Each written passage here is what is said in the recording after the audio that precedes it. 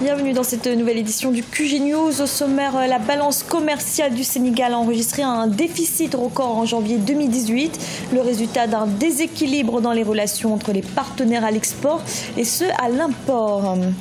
Le Gabon veut revoir son code des hydrocarbures, une mesure qui vise à rendre le secteur pétrolier plus attractif pour les investisseurs. Et l'Afrique était à l'honneur de la foire 2018 de Dubaï qui s'est achevée ce 24 mars. Des artistes venus de tout le continent ont exposé leurs œuvres à la galerie d'art contemporain. Mais tout d'abord, deuxième jour du scrutin présidentiel en Égypte. Après une journée sans incident ce lundi, les bureaux de vote ont ouvert à nouveau ce mardi dans les 27 provinces du pays.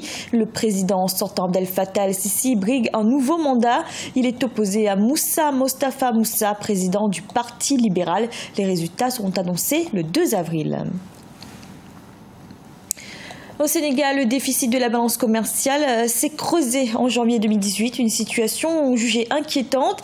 Les rapports qu'entretient le pays vis-à-vis de ses principaux partenaires économiques joueraient en sa défaveur. Cheikh Omar Bandaogo. Avec une moyenne de moins de 135,55 milliards de francs CFA entre 2009 et 2018, la balance commerciale du Sénégal a connu un déficit record de moins de 236,90 milliards de francs CFA en janvier 2018. Une étude rendue publique par l'agence américaine Trading Economics explique que les importations du Sénégal ont augmenté de 30% à 358,7 milliards de francs CFA. Selon cette étude, les rapports entre le Sénégal et ses partenaires à l'importation et ceux à l'exportation expliquent ce déficit. Les principaux partenaires à l'exportation étaient le Mali avec 15% des exportations totales, la Suisse avec 12,9%, l'Inde avec 8,9%, la Côte d'Ivoire avec 5,2% et la France avec 4%. Au niveau des importations, nous avons la France avec 12,9% des importations totales, la Chine avec 12,5%, le Nigeria avec 10,9% et l'Inde avec 10,6%. Accusant aussi la nature des produits exportés qui sont essentiellement des produits halieutiques, les experts estiment alors que le Sénégal peut changer la donne.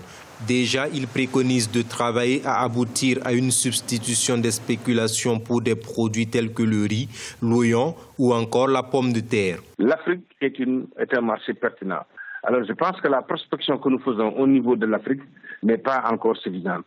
Je vois que les services compétents du Sénégal vont souvent en Europe pour faire de la prospection, mais je pense qu'il serait bon aujourd'hui de se focaliser sur le marché intérieur africain, qui est un marché très dynamique et qui est un marché qui croît régulièrement. Et donc, il peut être un marché intéressant pour résorber le déficit de la balance commerciale de notre pays. Les exportations au Sénégal se sont élevées en moyenne à 101,93 milliards de francs CFA entre 2009 et 2018, atteignant un record absolu de 164,90 milliards de francs CFA en mars 2017.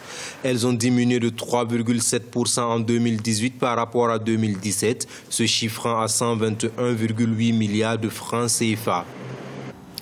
En Angola, le fils de l'ancien président José Filomeno dos Santos impliqué dans un nouveau scandale.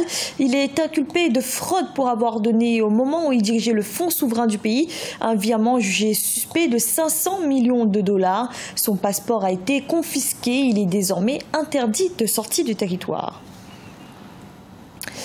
Le Gabon amorce une réforme de son code des hydrocarbures adopté en 2014. Ce code est contesté par les compagnies pétrolières qui le jugent peu attractif pour les investisseurs. L'objectif de la réforme est de rendre la législation plus adaptée à l'activité du secteur. Né Claude Bessa.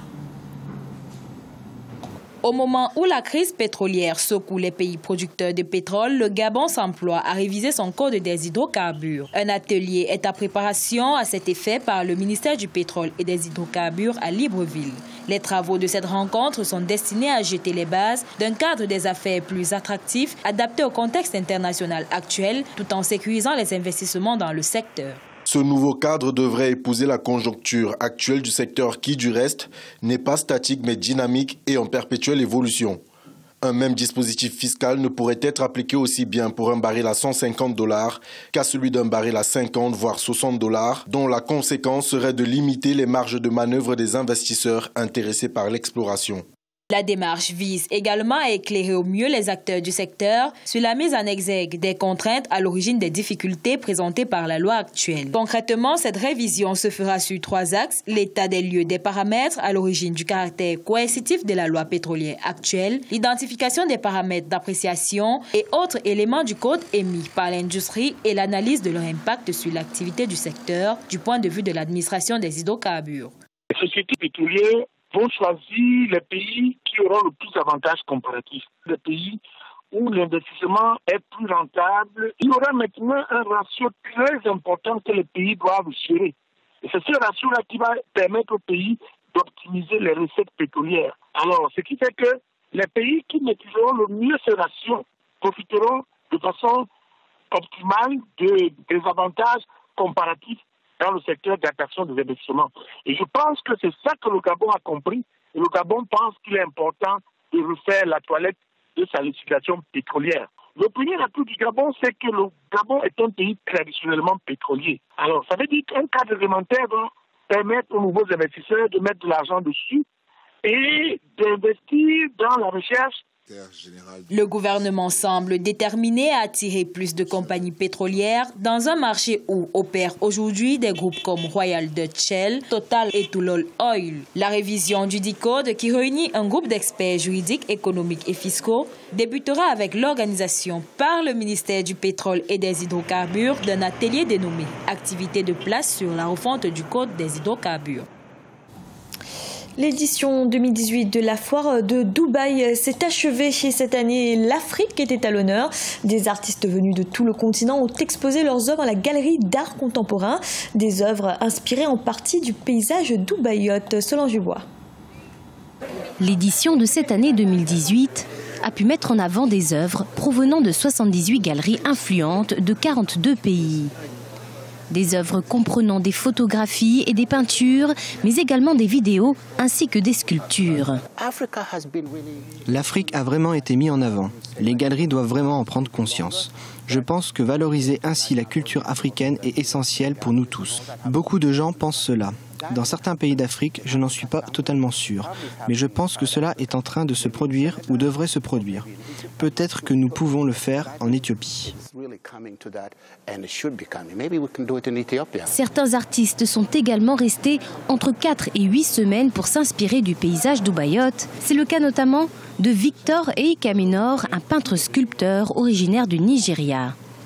Il a su créer des œuvres en s'inspirant de Dubaï, œuvres qui se confondent avec son propre style personnel. La plupart des toiles ici présentes sont constituées de différentes couches de peinture. On construit toujours quelque chose au-dessus d'autre chose et cela ne se voit pas tant que vous ne commencez pas à retirer les couches pour voir ce qu'il y a en dessous. C'est une sorte de symbole, une métaphore, vous voyez. Ce que vous voyez de prime abord, ça paraît assez simple. Mais quand vous vous approchez, vous commencez à voir que cette œuvre est faite de plusieurs couches.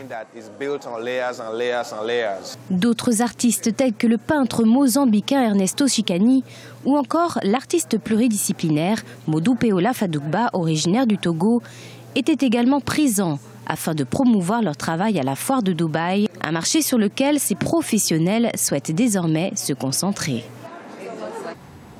Ce journal a été réalisé par l'ensemble de la rédaction. Merci de l'avoir suivi. Retrouvez dans un instant une nouvelle édition de l'information.